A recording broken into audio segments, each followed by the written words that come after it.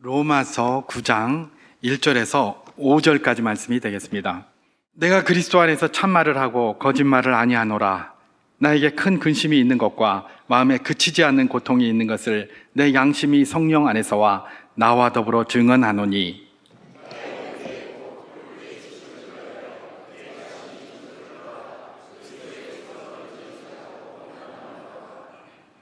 그들은 이스라엘 사람이라. 그들에게는 양자됨과 영광과 언약들과 율법을 세우신 것과 예배와 약속들이 있고 조상들도 그들의 것이요 육신으로 하면 그리스도가 그들에게서 나셨으니 그는 만물 위에 계셔서 세세의 찬양을 받으실 하나님이시니라. 아멘. 영어로 트리거링 디바이스라는 말이 있습니다. 트리거링 디바이스, 방아쇠 이런 뜻입니다. 방아쇠. 총을 이렇게 아무리 이렇게 장전을 해놓고 그래도 방아쇠를 안전장치를 해놓고 방아쇠를 안 당기면 총알이 나가지를 않죠. 우리 영화를 이렇게 보면 가스 같은 거를 이렇게 막 채웁니다. 막 채운 다음에 뭐 예를 들면 불꽃이 하나 탁 튀게 하면 뻥 터지는 그런 영화가 많이 있습니다. 그 불꽃을 탁 튀기는 그걸 트리거링 디바이스다라고 그렇게들 이야기를 합니다. 트리거링 디바이스, 바로 이제 어젠가요? 아주 대표적인 트리거링 디바이스가 우리나라에 소개되었는데 그게 뭐냐면 한강이라는 작가가 노벨 문학상을 받은 것이었습니다. 한강의 노벨 문학상은 정말 저는 큰 의미가 있다고 생각을 하고 그거야말로 트리거링 디바이스다라고 그렇게 생각을 합니다. 왜 그렇게 생각을 하느냐? 제가 이전에 학교 다닐 때는 몰랐습니다만은 요새는 그런 말이 있다고 하더라고요. 문송합니다. 문송합니다. 문송합니다가 무슨 뜻인지 혹시 우리 어르신들은 모르시죠? 예, 대학에 문과, 이과가 있는데 문과여서 죄송합니다가 문송합니다라는 겁니다. 문과여서 죄송합니다.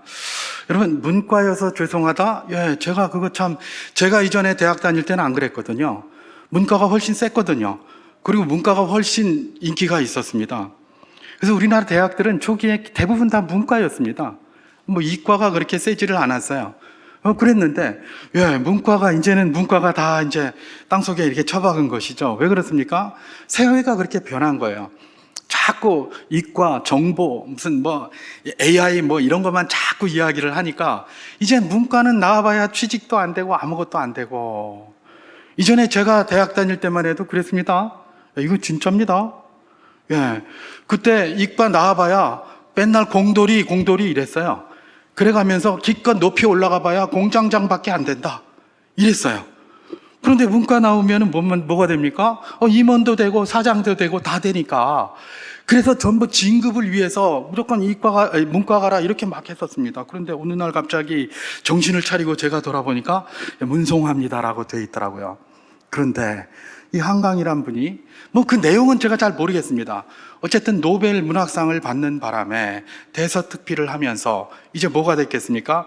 이제 국문과 나와서 책을 써도 이제 뭔가 길이 있구나라는 것에 대한 그런 방향성을 제시한 것 아니겠습니까? 그래서 이제는 문송합니다가 아니라 문과가 이제 이 인문학이 이제 발전할 수 있는, 이전에 발전했던 그 인문학이 한때 땅바닥에 쫙 처박혀 있었는데 이제 다시 한번 이렇게 드러나가지고 다시 한번 활황할 수 있는 그런 방아쇠를 당긴 게 아닌가, 저는 그렇게 생각을 합니다. 그래서인지 출판사도 요즘 난리가 났고 또 문과 학생들이 굉장히 좋아한다는 말도 있고 그렇더라고요. 실제로 그렇습니다. 세계에서도 대서특필을 하고 있고 그런 것 아니겠습니까? 그런데 요 방아쇠를 당긴 것보다 우리 신앙적인 차원에서 그거보다 며칠 전에 방아쇠를 당긴 분이 하나 있습니다. 그분이 누구냐면 안창호 국가인권위원장입니다. 여러분 혹시 그분 청문회를 보셨을지 보시지 않았을지 모르겠는데 저는 그 청문회를 보면서 굉장히 감동이 많이 왔습니다. 드디어 이제 저분을 통해서 우리 신앙에도 트리거링 디바이스, 방아쇠가 당겨지는구나라고 생각을 했습니다. 그분 청문회를 하는데 거침없이 자기 신앙을 고백하는 거예요. 여러분, 그동안 우리 교회들이 스스로 얼굴에다 침을 많이 뱉었습니다. 스스로 맨날 잘못했다고 그러고 맨날 죄송하다고 그러고 맨날 그랬어요. 예, 우리는 괜찮아요. 우리는 이미 신앙을 다 가지고 있고 견고한 신앙이기 때문에 회개하는 마음으로 그렇게 가는 것 오케이. 괜찮습니다. 우리 기성세대는 괜찮아요. 그런데 우리 다음 세대들, 이 청년들, 아직 신앙에 대한 그런 뿌리가 깊지 못한 그런 분들이 이런 상황들을 봤을 때 어떻게 하겠습니까?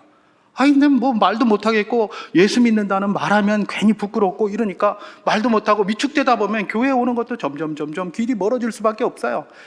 자꾸 교회에 뭐 어쩌고 저쩌고 하면서 왜 이렇게 젊은이가 떠나냐? 교회에 오면 쪽팔린걸요. 자랑스럽질 않은걸요. 내가 뭐 신앙을 가지고 있다고 하면 높은 자리도 못 올라가고, 청문회 한다고 저렇게 앉아가지고 신앙 가지고 이야기를 하면 아무 말도 못하고 버벅버벅 대다가 예수 믿는다고 그러면 다 잘라고 이러니까 무슨 말을 하겠습니까? 이전의 상황들은 정말 우리 신앙에 정말 나쁜 것이었고, 그래서 제가 지속적으로 주장해왔던 게 뭡니까?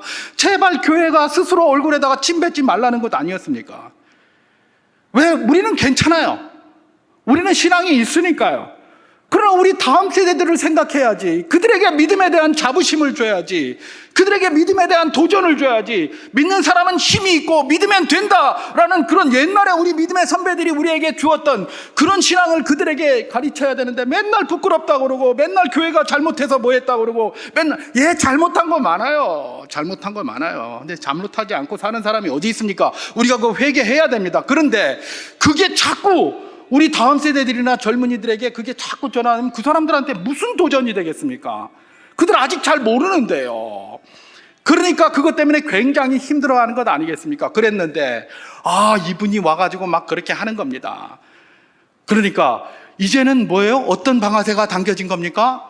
이제는 자기 신앙을 공적으로 그렇게 고백하면서 그런 청문회 자리 같은 데 가서 이야기를 해도 고위직에 올라갈 수 있구나, 이제는 성공할 수 있구나, 사회에서 인정받을 수 있구나, 부끄럽지 않구나 라는 것들을 그 인권위원장, 그분이 장로님이시라고 하더라고요. 그분이 잡아당긴 겁니다. 여러분, 한강의 역사가 굉장히 지금 많이 일어나고 있는데, 저는 그렇게 생각합니다. 우리 기독교 방송들이 안창호 인권위원장이 그렇게 한번 청문회하고 나서 어떻게 느끼게 되었는지 각 교회를 돌아다니면서 청년들한테 아마 인터뷰를 한다면 지금 우리가 알고 있는 것과는 전혀 다른 소리들을 할 겁니다. 저는 그렇게 생각합니다. 지금 뭐 모든 언론들이 한강시 찾아가가지고 막 묻고 이러니까 들썩들썩 하는 것 아닙니까? 근데 교회는 그런 거 안 하고 있거든요. 교회 언론들은 그런 거 안 하고 있거든요. 그러니까 이게 어떻게 변화되는지를 모르고 맨날 옛날에 했던 그 소리만 하면서, 뭘 잘못해가지고 그랬다 맨날 그 소리만 하면서 스스로 얼굴에 침 뱉어가면서 그렇게 위축되고 있는 것 아니겠습니까? 저는 이게 굉장한 트리거링 디바이스라고 생각하고, 이런 분들이 앞으로 계속해서 이제 한 명이 그렇게 길을 뚫었으니까 그 다음 사람들도 또 그렇게 뚫을 겁니다. 그 다음 사람도 또 그렇게 뚫을 겁니다. 이제 그렇게 될 겁니다. 하나님께서 우리 교회의 연약함을 아시고 믿음으로 교회를 세워주실 줄 믿습니다. 그게 바로 그런 것들을 보면서 우리가 발견하게 되는 것 아니겠습니까? 그런데 이 안창호 인권위원장에게 질문을 했던 어떤 비례대표 국회의원의 질문이 참 제가 이렇게 마음속에 남아서 그걸 이제 소개하느라고 제가 앞부분을 이렇게 했는데, 이분이 뭐라고 질문을 하느냐? 왜? 인권위원장은 이제 그 후보는 창조론을 이렇게 따른다고 하는데, 아직도 그 신화와 같은 거, 아직도 그 신화를 갖다가 그렇게 따르냐, 뭐 이런 식으로 하면서 진화론에 대해서 질문을 하면서 어떻게 생각하냐고 그러면서, 진화론에 대해서 약간 부정적으로 이야기를 하니까 진화론을 안 믿는 사람이, 이런 비과학주의적이고 이런 사람이 어떻게 인권위원장이 될 수 있느냐 막 그러더라고요. 저는 그 사람이 그렇게 이야기하는 거 충분히 이해할 수 있었습니다. 왜냐하면 요즘 우리 학교에서 다 배우는 게 그거잖아요. 인권위원장이 이야기했던 건 뭡니까? 진화론이잖아요. 론만 가지고 이야기를 하는데 그게 마치 과학인 것처럼 우리 학교에서 그렇게 배워왔거든요. 그러니까 늘 그렇게 배우니까 거기에 익숙하다 보니까 하나님 알지 못하고 모르는 사람이 저런 질문 할 수 있겠지, 자기 한번 떠보려고 하는 거니까, 사실은 이 양심의 자유나 종교, 신앙의 자유 이런 거는 청문회 같은 데서 물어서는 안 되는 겁니다. 그런데 그런 걸 가지고 묻고 앉았어요. 이 수준이 굉장히 낮은데 그럼에도 어떻게 하겠습니까? 뭐 그런 사람들이 그렇게 하는 거에 대해서 뭐라고 우리가 할 수 없죠. 우리나라 수준이 그거밖에 안 된다라고 생각하면 딱 됩니다. 원래 모든 나라는 지 수준에 맞는 정치인을 갖게 돼 있어요. 그게 정치학의 원리입니다. 그러니까 그 정도밖에 수준 안 되니까 그렇다 치고, 그래서 자기는 그렇게 잘 모르니까 그런가 보다 이렇게 생각을 하고, 그래 그럴 수 있겠다라고 생각을 했는데, 이 사람이 그걸 가지고 굉장히 막 이 후보를 갖다가 그냥 공격을 하는데, 이분은 뭐 그냥 끝까지 잘 받아치더라고요. 제가 막 속이 다 후련했습니다. 그런데 이제 그게 끝나고 나서 말입니다, 이제 그런 거를 한번 유튜브에서 보게 되면 관련된 게 막 이렇게 연결이 되잖아요, 유튜브에. 그 연결이 돼서 이렇게 보니까 그 질문한 사람에 대한 뭐 이런 후일담들이 거기 이렇게 있더라고요. 제가 보니까 이분이 비례대표 국회의원 하기 전에, 지금도 그런지 그때도 그랬는지 정확히 모르겠는데 어느 교회 전도사였다는 거예요. 와, 제가 깜짝 놀라겠더라고요. 아니 이 전도사, 이게 뭔 전도사고, 이게 뭐 전도하는 전도사고, 이 생각이 펑 나는 겁니다. 아니 그럼 도대체 이분이 믿음이 있는 사람인가? 하나님을 아는 사람인가? 그리스도인인가? 무슨 전도사인가? 이 생각이 펄떡 드는 거예요. 아니 저는 그냥 이 사람이 하나님 모르는 사람인 줄 알았어요. 그리고 진화론에 대해서 학교에서 늘 배우다 보니까 익숙하니까 그런가 보다라고 생각했는데, 이 사람이 크리스찬이었을 뿐만 아니라 전도사였다는 거예요. 깜짝 놀랐습니다. 제가 깜짝 놀랐어요. 어떻게 이런 게 전도사가, 그 사람이 전도사, 처음에는 뭐 전도사 그러면서 사명만 가지고 가르쳤을지 모르겠는데, 이제 비례대표 국회의원이 되고 나니까 전도사고 뭐고 사명이고 뭐고 내팽개쳐 버린 겁니다. 그러고 나서 그딴 소리 했던 거예요. 그러니까 막 기독교계에서 무슨 사과를 요구를 하고 뭐 사퇴를 요구하고 막 그러는 것들을 제가 이렇게 보았는데요. 여러분, 제가 안타까운 것은 뭐냐 하면, 이 사람이 뭐 전도사였다, 뭐 그것 때문에 더 안타까운 게, 도대체 이 사람한테, 그러면 이 사람이 전도사라면 많은 사람이 배웠을 것 아닙니까? 신앙에 대해서 배웠을 것 아닙니까? 도대체 그분들은 뭘 배운 겁니까, 도대체? 이 사람이 전도사입니다. 교회 학교에서 가르치지 않았겠습니까? 그럼 도대체 그 다음 세대들, 그 어린이들, 그 젊은이들은 뭘 배웠단 말입니까? 안타까운 일입니다. 하나님의 말씀을 배운 게 아니라 사탄의 혓바닥을 배운 거예요. 여러분, 이게 안타까움이에요. 이게 안타까움이에요. 그냥 이런 걸 떠나서, 아니 그런 사람이 갖다가 저런 말을 하는, 그 신앙 고백을 하고 제대로 한번 하나님의 은혜로다가 한번 세상을 섬겨보겠다고 하는 사람을 박수는 못 쳐줄 망정, 알고 우리 정당하고 좀 다르니까 박수는 못 쳐줄 망정, 그걸 그냥 비판하고 자기가 입장이 곤란하면 차라리 묻지를 말던가, 그걸 갖다가 거기서 해서 그야말로 하나님의 말씀이 그저 신화밖에 안 되는 것처럼 이야기를 해버리고, 이렇게 돼버리니까 그게, 그리고 그냥 아무것도 아니었으면 모르겠는데 교회에서 전도사 하면서 우리 다음 세대들을 가르쳤다고 생각하니까 너무나 안타까운 겁니다. 도대체 그 다음 세대는 그들의 영혼은 누가 책임질 것인가? 그들의 영혼은 누가 책임져야 될 것인가? 바로 이런 문제 아니겠습니까? 제가 오늘 이 인권위원장 청문회의 일부를 이렇게 소개하면서 메시지를 시작하는 이유가 있습니다. 오늘 우리가 읽은 본문에도 그야말로 안타까워하는 사람이 하나 등장하고 있기 때문에 그렇습니다. 그가 바로 사도 바울입니다. 그래서 저는 오늘 메시지의 제목을 사도 바울의 안타까움이다라고 이렇게 한번 붙여보았는데요. 이 말씀을 이렇게 보면 정말 사도 바울이 안타까워하고 있는 그런 내용들이 본문에 암시가 되어져 있습니다. 뭐 때문에 안타까워하고 있느냐? 여전히 잘못된 가르침 때문에 그래요. 이 당시에 잘못된 가르침이 풍미하는 가운데 초대 교회가 흔들리고 있었어요. 잘못된 가르침 때문에. 뿐만 아니라 그런 잘못된 가르침의 본산이라고 할 수 있죠. 이 잘못된 가르침 때문에 그야말로 고륙의 혈족인 이스라엘 민족이 올바르지 않은 잘못된 길로 가고 있었던 거예요. 그렇기 때문에 사도 바울이 그것 가지고 굉장히 안타까워하고 있는 내용이 오늘 우리가 읽은 이 본문에 암시되어져 있는 것입니다. 그래서 저는 오늘 이 본문을 중심으로 해서 사도 바울의 안타까움, 두 방향으로 나타난 그 안타까움을 하나씩 살피면서 잠깐 은혜를 나눠보기를 원합니다. 그 중에 한 방향은 뭐냐면 교회 내적인 것이었어요. 교회 내적으로. 초대교회 안에 굉장히 혼동이 있었습니다. 자, 그 내용을 한번 살펴보기 위해서 오늘 본문 로마서 9장 1절에서 3절까지 말씀을 제가 다시 한번 봉독해 보도록 하겠습니다. 내가 그리스도 안에서 참말을 하고 거짓말을 아니하노라. 나에게 큰 근심이 있는 것과 마음에 그치지 않는 고통이 있는 것을 내 양심이 성령 안에서 나와 더불어 증언하노니, 나의 형제 곧 고륙의 친척을 위하여 내 자신이 저주를 받아 그리스도에게서 끊어질지라도 원하는 바로라. 이렇게 기록합니다. 사도 바울이 지금 로마 교회를 향해서 편지를 쓰면서 자기가 얼마나 자기 민족인 고륙의 친척인 이스라엘 백성들, 그 민족들을 사랑하는지를 그렇게 설명을 하고 있습니다. 그리고 그들을 위해서라면 자기가 저주를 받아서 그리스도에게 끊어질지라도 자기는 좋다라고 지금 이렇게 막 그냥 외치고 있고 막 그렇게 하고 있어요. 막 맹세를 하고 있고 막 그래요. 그리고 심지어 이게 이제 좀 강조를 하다 보니까 조금 지나친 감이 있어요. 어떤 지나친 감이 있습니까? 자신이 정말 그렇다는 것을 자신의 양심이 성령 안에서 증언한다 라고 성령의 이름을 들먹이면서 맹세까지 하고 있는 거예요. 그렇잖아요. 그죠?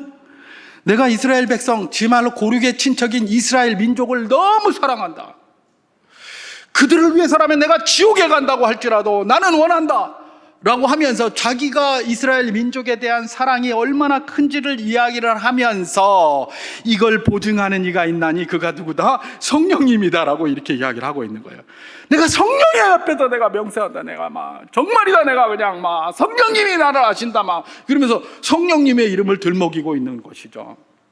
여러분 좀 이상하지 않습니까? 이상하지 않습니까? 예, 우리 주님께서는 도무지 맹세하지 말라고 그랬어요. 그죠? 자기의 그런 어떤 마음을 드러내기 위해서 도무지 맹세하지 말라고 하지 않으셨습니까? 제가 마태복음 5장 33절에서 36절까지 말씀을 봉독해 보도록 하겠습니다. 또 옛사람에게 말한 바 헛맹세를 하지 말고 내 맹세한 것을 주께 지키라 하였다는 것을 너희가 들었으나 나는 너희에게 이르노니 도무지 맹세하지 말지니 하늘로도 하지 말라 이는 하나님의 보좌임이요 땅으로도 하지 말라 이는 하나님의 발등상이며 예루살렘으로도 하지 말라 이는 큰 임금의 성임이요 내 머리로도 하지 말라 이는 내가 한 터럭도 희고 검게 할 수 없음이라. 이렇게 말씀하셨습니다. 도무지 맹세하지 말라는 것이죠. 여러분 구약 성경을 보면 이스라엘 백성들은 맹세를 참 자주 했습니다. 맹세를 참 자주 했어요. 그런데 맹세를 해놓고 나서 이게 잘 지키지를 않는 겁니다. 그래서 옛사람이 뭐라고 얘기를 했습니까? 네가 서원한 것은 반드시 갚으라. 그렇게 얘기를 했잖아요. 반드시 갚으라. 솔로몬 같은 경우는 네가 서원한 거 안 갚으면 서원 안 한 것보다 못하다 이러면서 옛사람들이 다 그렇게 가르쳤어요. 그러면서 서원을 하고 맹세를 할 때 가장 중요할 것 하나님의 이름으로는 하지 말라라고 그렇게 가르쳤어요. 자, 그러다 보니까 이 사람들이 내가 진짜야. 아이고 내 가슴이 확 뒤집어서 보여줄 수도 없고 진짜라니까. 그러면서 하나님의 이름은 못 대니까 뭐로 됩니까? 하늘에다 대고 내 맹세할게. 땅에다 대고 맹세할게. 예루살렘, 이 큰 임금의 성이 있는 성전이 있는 예루살렘의 이름으로 내가 맹세할게. 그것도 아니면 내 머리를 걸고 맹세할게. 내 목을 걸고 맹세할게. 이렇게 한 거예요. 그렇게 해왔던 거예요. 근데 우리 주님께서는 뭐라고 얘기를 합니까? 옛사람이 말한 바 그렇게 했지만 하늘로도 하지 말고 땅으로도 하지 말고 예루살렘으로도 하지 말고 네 머리로도 하지 말라. 아무 맹세도 하지 말라. 이렇게 얘기를 했습니다. 그런데 이걸 잘 알고 있는 사도 바울이 지금 누구의 이름으로 맹세를 하고 있는 겁니까? 자기의 양심이 증언하고 확실하다는 것을 누구의 이름으로 지금 하고 있습니까? 성령님이 증거한다라고 하고 있어요. 사도 바울이 모르는 게 아니에요. 그게 주님의 가르침이 맹세하지 말라는 것, 심지어 유대인들에게도 하나님의 이름으로 맹세하는 것은 거부되는 종류였어요. 근데 지금 이 사도 바울이 말입니다. 감히 간 크게 성령님의 이름을 들먹어가면서 맹세를 하고 있는 것이죠. 이거 굉장히 이상한 것 아니겠습니까? 사도 바울이 왜 이렇게 하고 있는가? 왜 이렇게 하고 있는가? 우리가 그걸 한번 짚어보아야 될 것입니다. 사실 사도 바울은 복음을 전하러 이렇게 다녔습니다. 복음을 전할 때에 항상 안타까운 일이 있었습니다. 그게 뭐냐면 이 거짓 교사들이 교회에 자꾸 들어와서 자꾸 복음이 아닌 다른 것을 가르치는 겁니다. 이 거짓 교사들은 유대주의자들이라고 그렇게 알려져 있는데요. 여러분, 그 당시의 교회는 오늘처럼 이렇게 돼 있는 게 아니었죠. 회당하고 형식이 똑같았습니다. 유대인의 회당하고 어떤 형식입니까? 예를 들면 사도가 교회를 개척했습니다. 그러면 그 교회에서 계속 사역하는 게 아니라 조금 있다가 떠나잖아요. 그러면 어디서 와서 내가 교사다, 내가 선생이다 라고 하면 앞자리에 세워줍니다. 그럼 그 사람이 앞에서 이야기를 하는 것이죠. 옛날에 사도 바울이 그때 복음을 전하러 다닐 때도 그랬잖아요. 유대인 회당에 들어갔거든요. 항상 전도를 할 때. 그러면 유대인들이 들어오지 말라 이런 소리 안 했어요. 그래, 네가 와서 한번 해봐라. 그러면 그 자리에 가서 복음을 전했거든요. 그러니까 사람들이 그거를 듣고 감동을 받아서 예수를 믿게 되는 사람도 있고 또 막 욕하고 손가락질하는 사람도 있고 이랬던 것 아닙니까? 교회도 마찬가지였어요. 그 당시에 초대교회들도 그렇게 누구든지 와가지고 그렇게 복음을 전할 수 있게 하고 또 말씀을 증거할 수 있게 하고 하나님의 말씀을 대언할 수 있게 하는 그런 기회들을 많이 줬었습니다. 그런데 그 사이에 누가 들어온 겁니까? 이 유대주의자들이 들어온 겁니다. 들어와가지고 뭐라고 이야기를 하느냐? 너네 예수 그리스도 믿는 거 오케이, 그거 좋다. 근데 그것만 가지고는 안 돼. 그거로는 의롭다함을 얻을 수 없어. 그것만 가지고는 안 돼. 거기서 플러스 알파, 니들이 먼저 유대인이 돼야 돼. 이런 이야기를 하는 겁니다. 먼저 유대인이 되라는 건 뭡니까? 할례를 해야 된다는 것이죠. 할례를 함으로써 이방인도 유대인으로 개종을 할 수가 있었습니다. 그래서 먼저 유대인이 돼야 돼. 그러니까 니네 할례도 해야 되고 율법도 지켜야 되고 절기도 지켜야 되고 월삭 이런 것도 다 지켜야 돼. 예수만 믿는 거 가지고는 안 돼라고 가르쳤습니다. 여러분, 사도 바울은 근데 뭘 하고 다녔습니까?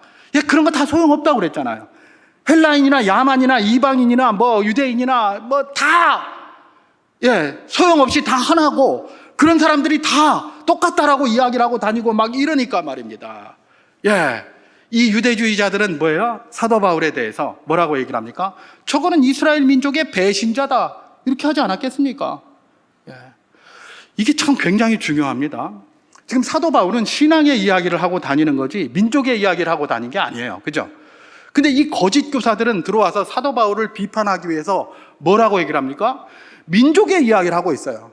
이스라엘 민족만이 하나님의 택함받은 사람들이고 이스라엘 민족이 하나님의 선택받은 사람들인데 저 사도 바울은 돌아다니면서 이방도 그렇다고 그러고 헬라인도 그렇다고 그러고 야만도 그렇다고 그러고 다 그렇다고 하는데 이게 뭐냐? 이건 우리 민족을 배신한 거다 이렇게 얘기를 하는 것이죠. 이게 사도 바울이 직면한 현실이었습니다. 여러분, 사도 바울은 신앙의 얘기를 하고 다녔는데 이 거짓 교사들은 뭐예요? 신앙의 이야기를 민족의 이야기로 바꾸면서 굉장히 정치화를 시킨 겁니다. 그러니까 그 당시 초대교회의 대다수를 차지하고 있는 교인들이 누구였을까요? 유대인 출신들이에요. 그렇잖아요. 처음에 복음 전하러 다닐 때 어디에 갔다고요? 회당에 가서 복음을 전해요. 그리고 먼저 사도행전에서 보는 것처럼 성령의 충만함을 받은 유대인들이 돌아다니면서 제일 먼저 복음을 전한 데가 어디겠습니까? 자기 옆에 살고 디아스포라로 딴 지역에 살고 있는 유대인 공동체에 가서 복음을 전했어요. 그러니까 교회의 상당 부분의 구성원들이 유대인들이었어요. 유대인 출신들. 그 유대인 출신들에게 있어서 율법은 뭡니까? 익숙한 거예요. 절기나 월삭은 익숙한 거예요. 할례는 익숙한 거예요. 자기가 새로운 게 아니에요. 늘 익숙해요. 마치 우리나라에서 학교에서 진화론이 과학이라고 가르치다 보니까 이상하게 우리나라만 그래요. 그렇게 가르치다 보니까 그게 당연한 과학인 것처럼 생각하고 있는 우리나라의 모든 사람들하고 똑같아요. 크리스찬들 가운데서도 다 그렇게 생각하잖아요. 늘 학교에서 그렇게 배웠거든. 익숙하게 배우다 보니까 진화론이 과학이고 진화론대로 모든 것들을 해야 된다라고 익숙하게 받아들여요. 그거 뭐 이상하게 생각 안 해요. 그거 가지고 누가 뭐라고 하고 뭐 우리가 학교에서 옛날에 배웠는데 그 익숙한 건데 이렇게 된다니까요. 그 당시에 교회가 그랬다는 거예요. 대부분의 구성원들이 유대인 출신들이에요. 그리스도를 믿지만. 자, 그런 사람들에게 와서 지금 이 거짓 교사들이 뭐라고 얘기를 한다고요? 할례도 해야 되고 절기도 지켜야 되고 월삭도 해야 되고 이런 거 하니까 당연하게 우리 늘 하던 건데 이상하지가 않은 거예요. 그게 자연히 들리고 그래 그렇고 보니까 그런데 가만히 보니까 사도 바울은 다니면서 뭐라고 그러는 거예요? 그런 거 다 필요 없다고 그러고 다 소용없다고 그러고 하나님 약속의 말씀 믿고 예수 그리스도를 믿음으로 말미암아 의롭게 된다. 뭐 이런 이야기를 하고 다니니까 유대인들이 들을 때는 그들의 말이 더 솔깃하게 들리는 거예요. 그래서 혼동이 오기 시작한 겁니다. 특히 갈라디아 교회 같은 데는 아주 신속하게 사도 바울의 가르침을 떠나가지고 유대주의자들에게 굴복하고 말지 않았습니까? 그래서 사도 바울이 갈라디아 교회에다가 뭐라고 했습니까? 니들이 어떻게 이렇게 신속히 복음을 떠나서 그 이상한 다른 복음을 따르느냐라고 하면서 굉장히 질타하는 내용이 갈라디아서의 내용 아니겠습니까? 바로 그것입니다. 이게 사도 바울의 상처였어요. 다닐 때마다 그러고 있는 거예요. 이 사람들이 뭐예요? 신앙의 문제를 민족의 문제로 치환하더니 그걸 정치화시킨 거예요. 그래서 사도 바울을 욕하고 교회를 혼동을 시키고 있었다. 바로 그것 때문에 뭡니까? 이 사도 바울이 굉장히 안타까워하고 있는 것이죠. 그래서 뭐라고 얘기를 합니까? 지금 로마 교회에 편지를 보내면서 로마 교회도 상당 부분은 유대인 출신들 아니겠습니까? 그들을 의식하지 않을 수가 없는 거예요. 왜요? 이미 우리가 봤습니다만 로마서 앞부분에 보면 율법 지키는 거, 율법으로 의롭다함을 받는 게 아니라 믿음으로 의롭다함을 받는다라고 하면서 로마서 4장에서는 아브라함이 믿음으로 의롭다함을 받은 게 아니냐라고 논증을 계속해 왔잖아요. 자, 그러다 보니까 로마 교회에서 보면 이 사도 바울 소문처럼 율법 이런 거 무시하고 그러니까 이거 민족의 배신자 맞는 것 같네, 이런 생각을 할 가능성이 굉장히 높은 것이죠. 그러니까 사도 바울에게 있는 그 어떤 안타까움을 사도 바울이 캐치를 하고 지금 어떻게 하는 겁니까? 그럼에도 불구하고 나는 이렇게 우리 이스라엘 민족을 사랑한다라고 하면서 오늘 본문 로마서 9장 1절에서부터 3절까지를 강조하는 것입니다. 제가 다시 한번 봉독해 보도록 하겠습니다. 내가 그리스도 안에서 참말을 하고 거짓말을 아니하노라. 나에게 큰 근심이 있는 것과 마음에 그치지 않는 고통이 있는 것을 내 양심이 성령 안에서 나와 더불어 증언하노니 나의 형제 곧 고륙의 친척을 위하여 내 자신이 저주를 받아 그리스도에게서 끊어질지라도 원하는 바로다. 이렇게 이야기를 하는 겁니다. 그 사람들이 그렇게 생각할까 봐 이미 앞에서 율법이나 이런 것들은 중요하지 않다, 오직 의롭다함을 입는 것은 믿음으로 말미암아 된다라는 편지를 쭉 쓰면서 보니까 분명히 거기에도 이런 것을 이상하게 받을 사람들이 있으니까 나는 민족의 배신자가 아니고 정말 이스라엘을 사랑하는 사람이다 라고 하면서 이 말을 쓴 거예요. 고륙의 친지를 위하여 내 자신이 저주를 받아 그리스도에게서 끊어진다고 할지라도 내가 원한다라고 하면서 자기를 변호하고 있는 것이죠. 여러분, 제가 저번에도 가끔 한 번씩 이야기를 드렸습니다만 이 당시는 지필목이 귀한 때였습니다. 그죠? 뭐 양피지도 굉장히 비싸고 귀했고 소미 파피루스도 아무나 쓸 수 있는 게 아니에요. 그 파피루스에다 글을 쓰려면 굉장히 힘들었기 때문에 옆에서 대필하는 사람들이 필요했습니다. 그래서 사도 바울도 물론 눈이 안 보여서 대필하는 경우도 있었지만 그 당시의 특징이 일반적으로 어떻게 했느냐, 그 글 잘 쓰는 사람한테 대필을 하게 했습니다. 그리고 마지막에 자기가 서명 하나 쭉 하는 거예요. 보라, 이거 내가 친필로 썼다, 내가 이렇게 큰 글자로 쓴 것을 보라. 사도 바울이 그렇게 얘기를 하잖아요. 눈이 안 보여서 자기가 글을 못 써서 그렇게 한 게 아니라 원래 그 당시는 대필을 많이 했어요. 왜냐하면 파피루스에 글을 쓰는 게 굉장히 어려웠기 때문에 그래요. 그래서 글 쓰는 전문가를 데려다 놓고 말을 해주면 이 사람이 거기다가 쓰는 겁니다. 요즘 이런 종이에다가 이렇게 쓰는 게 아니라 굉장히 쓰는 게 어려웠기 때문에 그래요. 그런데 이 귀한, 이 어려운 이 글 쓰는 거에 뭐 그렇게 쓸 일이 없어서 내가 이렇게 너희들을 사랑한다, 이 변명을 써야 되는 사도 바울, 얼마나 마음이 안타까웠겠습니까? 이게 교회에 대한, 교회 내적인 사도 바울의 안타까움일 것입니다.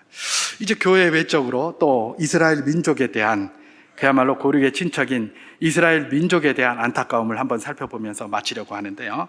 자, 이스라엘 민족에 대한 사도 바울의 안타까움, 다시 로마서 9장 1절과 2절을 제가 한번 봉독해 보도록 하겠습니다. 내가 그리스도 안에서 참말을 하고 거짓말을 아니하노라. 나에게 큰 근심이 있는 것과 마음에 그치지 않는 고통이 있는 것을 내 양심이 성령 안에서 나와 더불어 증언하노니, 그렇게 얘기를 합니다. 사도 바울 자기에게 아주 큰 근심이 있고 마음에 그치지 않는 고통이 있다는 겁니다. 근데 그 근심과 고통이 뭐냐 그랬더니 이스라엘 민족들이 복음을 받지를 않는 거예요. 사도 바울이 다니면서 복음을 전했더니 이방인들도 정말 복음을 잘 받아들이는 겁니다. 복음만 전하면 이방인들이 손을 들고 나와서 할렐루야 예수 그리스도를 믿습니다 이러고 나오는데, 그러면서 성령을 충만하게 누리는데, 아니 이 이스라엘 백성들이 복음을 안 받고 내 거부한다는 겁니다. 이게 그치지 않는 고통이었어요. 그치지 않는 고통. 사도 바울이 이해할 수 없었던 게 유대인들에게 주어진 게 굉장한 특권이 있었다는 것이죠. 그 특권이 어디 기록되어 있습니까? 로마서 9장 4절에서 5절을 제가 한번 봉독해 보도록 하겠습니다. 그들은 이스라엘 사람이라 그들에게는 양자됨과 영광과 언약들과 율법을 세우신 것과 예배와 약속들이 있고 조상들도 그들의 것이요 육신으로 하면 그리스도가 그들에게 나셨으니 그는 만물 위에 계셔서 세세에 찬양을 받으실 하나님이시니라. 아멘. 이렇게 하고 있습니다. 이스라엘에게는 다른 민족들에게는 없는 특권이 있다는 거예요. 그 특권을 여기 나열했는데 그 중에 하나가 양자됨 아닙니까? 양자됨. 예, 자기가 선택받았다는 거예요. 하나님이 선택했다는 거예요. 여러분, 양자됨, 그때 유대인들도 양자됨을 다 알고 있었어요. 그러니까 이 사도 바울이 양자됨을 이야기하는 것 아니겠습니까? 여러분, 양자가 어떻게 되죠? 예, 부모님이 계십니다. 이 부모님들이 가서 양자를 이렇게 구하러 갑니다. 또 구하러 가서 양자를 누구를 삼을까 이렇게 봤을 때 양자가 우리를 자녀 삼으러 오신 부모님, 우리가 이거 열심히 하고 이거 열심히 하고 이거 열심히 했으니까 양자 삼아 주십시오. 이렇게 해서 양자 됩니까? 양자는 어떻게 되죠?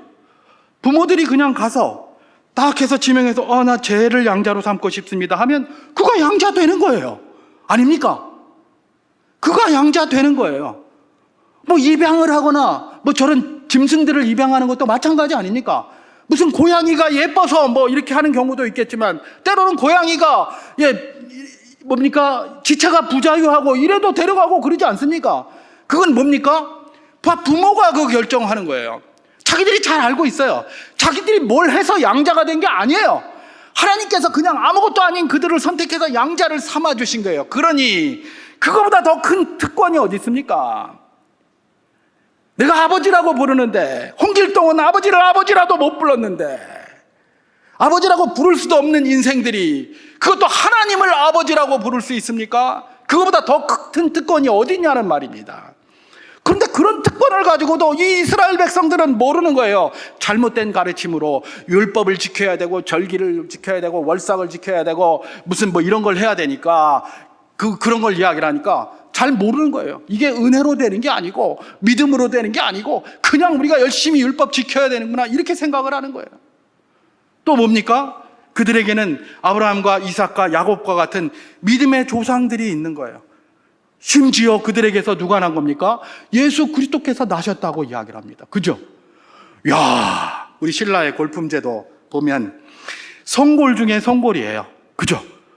이 사람들은 성골 중에 성골이에요. 우리나라의 모든 사람들은 다 육두품이에요. 원래 이방인이었다가 예수 믿고 그리스도인 됐잖아요. 육두품이에요. 육두품. 그런데 이 사람들은 성골 중에 성골이에요. 믿음의 조상들이 다 자기 조상인걸. 그거보다 더 큰 특권이 어디 있냐고요. 내 조상 들먹거리면 다 그게 믿음의 선배들이고 믿음의 조상들인데 그거보다 더 큰 특권이 어디 있냐고요. 그런데 이런 특권을 가진 이스라엘이, 고륙의 친척인 이스라엘이 이방인도 환영하며 손을 들고 받아들이는 복음을 안 받아들이는 거예요. 안 받아들이는 거예요. 이게 사도 바울의 엄청난 안타까움이었죠. 아니 도대체가 왜 이걸 안 받아들이는지. 물론 뒤에 그 이야기가 왜 안 받아들이는지 깨달은 이야기가 나옵니다. 그건 제가 다음에 설교할 때 내용을 할 텐데요. 그게 굉장한 안타까움이었던 것이죠. 자, 사도 바울의 이 안타까움 두 가지 여기까지 하고 우리가 살펴본 이것을 토대로 해서 몇 가지 도전을 받고 그렇게 맞춰보도록 하겠습니다. 여러분, 이 사도 바울의 안타까움, 사실은 이 안타까움이 우리의 안타까움이 되어야 합니다. 그래서 하나님께서 이런 말씀을 우리에게 주신 것 아니겠습니까? 여러분, 오늘날에도 여전히 잘못된 가르침으로 인하여 혼동과 문제가 굉장히 많이 일어납니다. 특별히 요즘 가만히 보면, 물론 이전에도 있었습니다만은 교회가 잘못된 가르침들로 몸살을 앓고 있습니다. 몸살을 앓고 있어요. 교회가 무슨 2단, 3단 그런 것 때문에 몸살, 예, 그것도 맞아요. 그래서 그런 것들도 우리가 주의해야 되고 분별해내야 돼요. 근데 이건 2단 같지도 않고 3단 같지도 않은데 너무나 우리에게 익숙한 거를 가지고 우리를 혼동케 하는 게 굉장히 많습니다. 과도한 국뽕주의, 예, 국뽕이라고 그러죠, 요즘 젊은이들이. 민족주의죠. 과도한 민족주의. 이런 것들이 어떻게 보면 뭡니까? 교회를 굉장하게 혼동하게 하고 있어요. 지금 이스라엘 민족들이 왜 복음을 받지 않는 겁니까? 과도한 민족주의 때문에 그래요. 거짓 교사들이 이용한 게 뭐예요? 과도한 민족주의예요. 사도 바울은 신앙을 이야기를 했는데 그걸 갖다가 민족의 문제로 끌고 가서 우리 민족을 배신한 자다 이렇게 만든 거예요. 여러분 지금도 그렇잖아요. 지금도 그래요. 많은 경우 민족의 정치의 문제, 무슨 문제 이래가면서 교회에 그걸 다 끌고 들어옵니다. 그래가지고 혼동하게 만들어요. 그리스도인들로 하여금. 여러분 우리가 이런 것들을 분별하는 기준이 있습니다. 무엇일까요? 우리 주님은 교회가 하나 되기를 원하시는 분이십니다. 믿습니까? 성령이 하나 되게 하신 것을 힘써 지키라는 게 우리 주님의 말씀이에요. 그런데 사도 바울을 통해서 또 말씀하신 것은 무엇입니까? 유대인이나 헬라인이나 야만이나 지혜자나 종이나 자주자나 다 그리스도 안에서 하나이고 사도 바울이 빚진 자라고 했습니다. 그죠? 예, 교회가 하나 되는 게 기본입니다. 하나님은 항상 교회가 하나 되기를 원하세요. 아무리 좋은 걸 가지고 이야기를 하더라도 그것 때문에 교회가 분열이 되고 서로 갈등합니까? 그거 하나님의 뜻 아니에요. 교회를 분열하게 하고 갈등하게 하는 주요 인자가 누굽니까? 사탄이에요, 사탄. 하나님은 교회를 하나 되게 만들려고 해요. 이방인이나 헬라인이나 무슨 유대인이나 상관없이 다 하나 되게 만들려고 노력을 해요. 다 암탉이 병아리를 품듯 다 자기 안으로 이렇게 들어오게 하려고 해요. 그런데 말입니다. 그 속에 과도한 민족주의나 과도한 과몰입 정치주의 이런 게 들어가가지고 말입니다. 오히려 그 안에서 갈등하게 만드는 거예요. 여러분 세상에서 갈등하게 만드는 모든 것들은 하나님의 뜻이 아니에요. 기준을 그걸로 삼으시면 정확합니다. 거룩한 이야기, 무슨 이야기, 예, 다 옳습니다. 그런데 우리 예수님이 어떻게 하셨는지를 보면 답이 있습니다. 우리 예수님이 이 땅에 오셔서 공생애 3년의 사역을 하실 때에 누구를 제일 비판하셨죠? 우리 주님께서는 가이사 비판 안 하셨어요. 그 당시에 정복전쟁을 했던 가이사 비판 안 하셨다니까요. 그리고 로마 군대, 그야말로 백부장부터 시작해서 총독들 와가지고 자기 땅을 유린하고 있는 그런 사람들에 대해서 이야기 안 하셨어요. 우리 주님은 한마디도 안 하셨어요. 그런 이야기, 그거 어떻게 했다, 그런 걸 오히려 한 것은 누굽니까? 오히려 세례 요한이 그런 말을 했지 우리 주님은 그런 말 한마디도 안 하셨어요. 한마디도 안 하셨어요. 그리고 그 로마의 권세에 빌붙어 가지고 온갖 더러운 짓 하고 있는 그 세리들이나 헤롯 땅 이런 사람들에 대해서 우리 주님이 뭐라고 욕하신 게 있습니까? 없어요. 성경 다 읽어보세요. 그런 것에 대한 욕이 있는가? 없어요. 그럼 누구에 대한 욕만 있죠? 바리새인들에 대한 욕만 있어요. 바리새인들. 그게 그 당시 사람들이 인정하지 못하고 이해할 수 없었던 중요한 이유 중에 하나예요. 예수님에 대해서 이해할 수 없었던. 바리새라는 말이 뭡니까? 구별되다라는 뜻이에요. 자기들은 구별한다는 겁니다.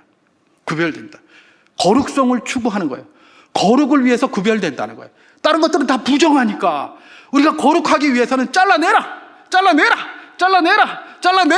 전부 잘라내는 거예요. 그게 바리새예요. 그게 바리새 전통이에요. 그게 처음 전통은 참 좋았는데 시간이 흘러가면서 본질은 다 없어지고 잘라내는 것만 남아가지고 속은 시커매면서 하나도 거룩하지도 않으면서 겉으로 거룩한 채 하면서 그러면서 뭘 한 겁니까? 잘라낸 겁니다. 우리 주님께서 그들을 뭐라고 얘기를 하십니까?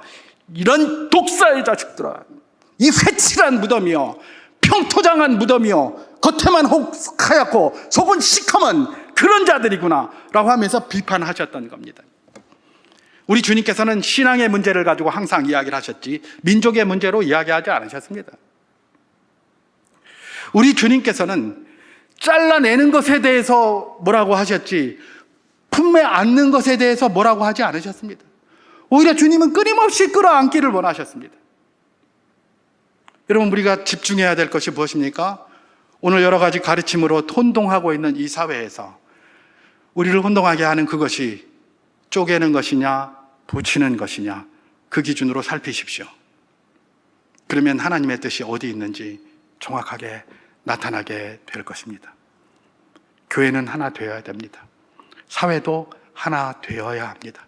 세계도 하나 되어야 합니다. 그게 하나님 뜻입니다. 그걸 인간의 욕심과 탐욕 때문에 제대로 못 해내니까 이 문제가 있는 건데, 제대로 못 해내는 그게 마치 진리인 것처럼 그걸 가지고 본질을 회파하고 욕하고 그러는 모습들이 얼마나 많은지 모릅니다. 우리는 그런 반열에 발을 들여서는 안 될 것입니다. 우리는 하나 되게 하고 뭉치게 하는 일에 힘써야 할 줄 믿습니다. 뿐만 아니라 이 사도 바울의 안타까움을 통해서 우리가 받아야 할 것이 있습니다. 지금도 여전히 혈통상 이스라엘 백성들이 이스라엘 민족이 그랬던 것처럼 복음을 거부하는 사람들이 참 많습니다. 이런 것에 대한 안타까움이 있어야 합니다. 우리가 그런 안타까움을 가지고 지난 주일에 VIP 초청주일을 했습니다. 여러분들이 수고하시고 기도하시면서 움직였기에 많은 분들이 함께 참여하셔서 함께 잔치를 벌였는데요. 그런 안타까움 말입니다. 하나님이 원하시는 안타까움이에요. 아직도 이 귀한 복음을 받지 못하고 왜 이렇게 하는가? 이 사도 바울의 안타까움이 바로 우리의 안타까움이어야 합니다. 그래서 하나님은 이런 말씀을 우리에게 주시고 도전을 하시는 것입니다. 한 가지만 더 생각해 본다면 뭐가 있을까요?